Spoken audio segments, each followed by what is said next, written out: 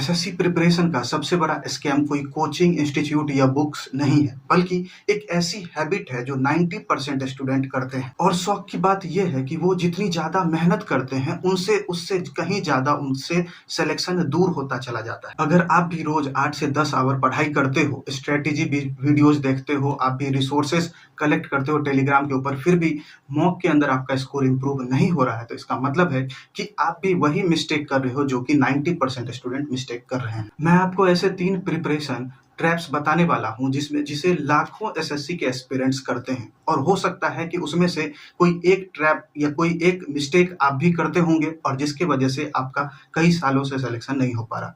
तो दोस्तों, इस वीडियो में उन सभी ट्रैप्स के बारे में मैं बताऊंगा अच्छे तरीके से, और साथ ही इस वीडियो को बिल्कुल लास्ट तक देखना, क्योंकि हर एक स्टेप आपके लिए बहुत ही ज्यादा इंपॉर्टेंट हो जाएगा।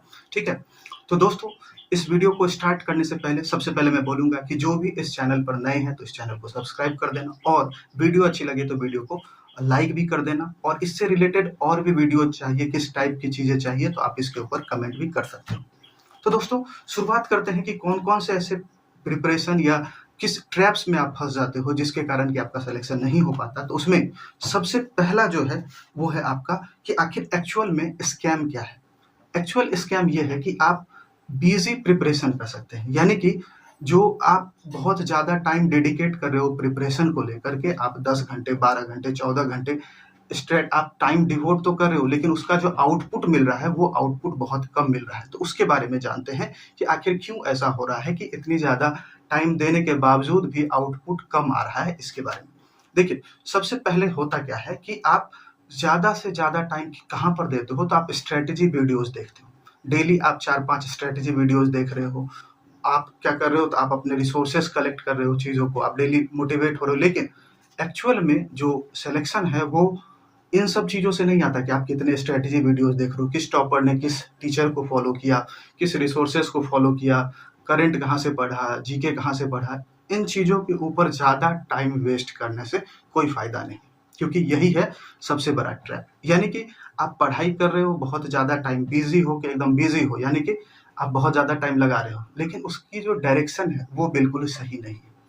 तो busy preparation is not preparation. आपको ध्यान किस पर देना है, इफेक्टिव प्रिपरेशन, यानी कि नंबर ऑफ क्वेश्चन सॉल्व।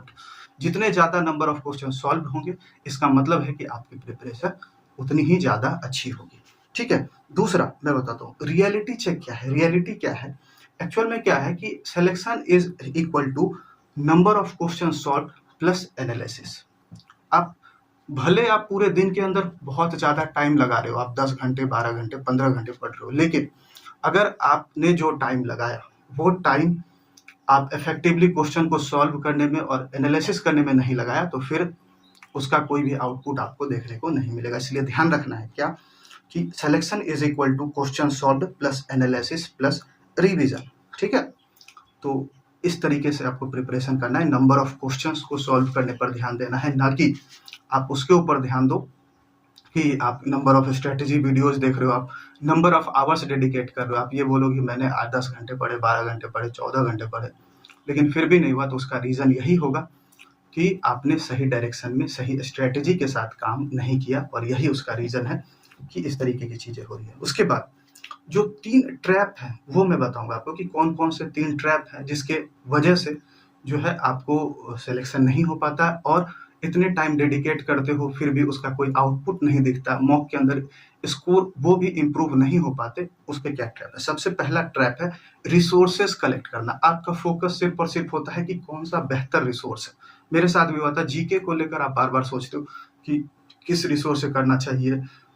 कभी कोई बोलते हैं लूसेंट से कर लो, कोई कहता है किस पार्ट अभी परमार सर हैं तो उनके रिसोर्सेज से कर लो, उनके नोट से कर लो। मैं ये बोलूँगा कोई भी एक सोर्स फॉलो करो। अगर परमार सर फॉलो कर रहे हो तो परमार सर को फॉलो करो, लूसेंट है, ये और भी एनसीईआरटी बुक है, जिस भी बुक को आप प्रीफर करते हो उस एक रिसोर्स पर स्टिक हो जाओ, बिल्कुल ध्यान से एक रिसोर्स पर स्टिक हो जाओ। दूसरी बात, डेली न्यू स्ट्रेटेजी वीडियोस देखना बंद करो। स्ट्रेटेजी वीडियोस देखना ही नहीं। क्यों?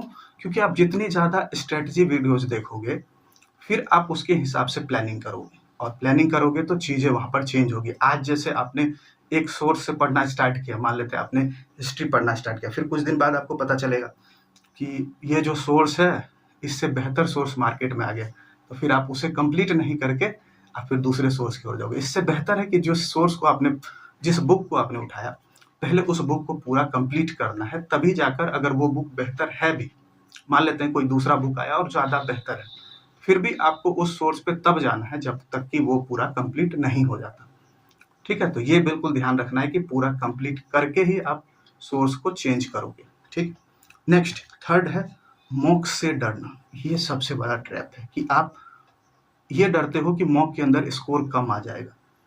इससे कोई फर्क नहीं पड़ता। मॉक के अंदर आप भले स्कोर 10 करो, 20 करो, 50 करो, 100 200 में 200 स्कोर कर दो, कोई फर्क नहीं पड़ता। क्यों?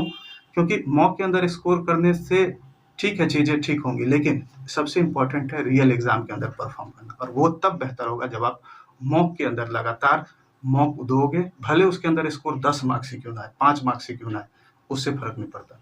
आपने मॉक दिया, फिर उसके बाद उसे अच्छे तरीके से एनालाइज किया और उसका रिविजन किया। ये है असली सही तरीका, और इसी से आपको इम्प्रूवमेंट देखने को मिलेगा। तो इस चीज़ को ध्यान रखना। चलिए, अब इन सब चीज़ों को कंपाइल करके मैं बताता हूँ कि आपको कौन सा 5 स्टेप प्रोसेस है, 5 स्टेप्स है जिसे आपको फॉलो करना है। तो सबसे पहला स्टेप है एक सब्जेक्ट रखना, एक सब्जेक्ट के लिए एक ही सोर्स फॉलो करना। जैसे जीके है, उसके लिए आपने रख लिया एक सोर्स, आप उसी को मल्टीपल टाइम्स रिवाइज करना। अगर कुछ कंटेंट ऐड करना है तो उसके अंदर ही ऐड करोगे, लेकिन सोर्स आपका फिक्स होना चाहिए। सोर्स चेंज नहीं करना है, चाहे कितनी भी स्ट्रेटजी वीडियोज आ जाए, कितने भी टीचर्स आ जाए, लेकिन एक अच्छा सोर्स रखना है और उसी सोर्स को फॉलो करना है। दूसरी बात, रोज 80 to 100 क्वालिटी क्वेश्चंस आपको सॉल्व करने हैं। मैथ्स के अंदर हो गया, या सभी ओवरऑल लगभग 100 क्वेश्चंस ऐसे होने चाहिए जिसे आपने अटेम्प्ट किया। अगर आप मॉक दोगे तो 100 क्वेश्चंस तो मिल ही जाएंगे, लेकिन अच्छे क्वालिटी के क्वेश्चंस 80 to 100 आपको डेली करने ही करने। थर्ड, डेली एक तो जब भी आप मॉक देते हो, हर एक मॉक के बाद 2 घंटे का एनालिसिस होना ही चाहिए। Analysis is very important.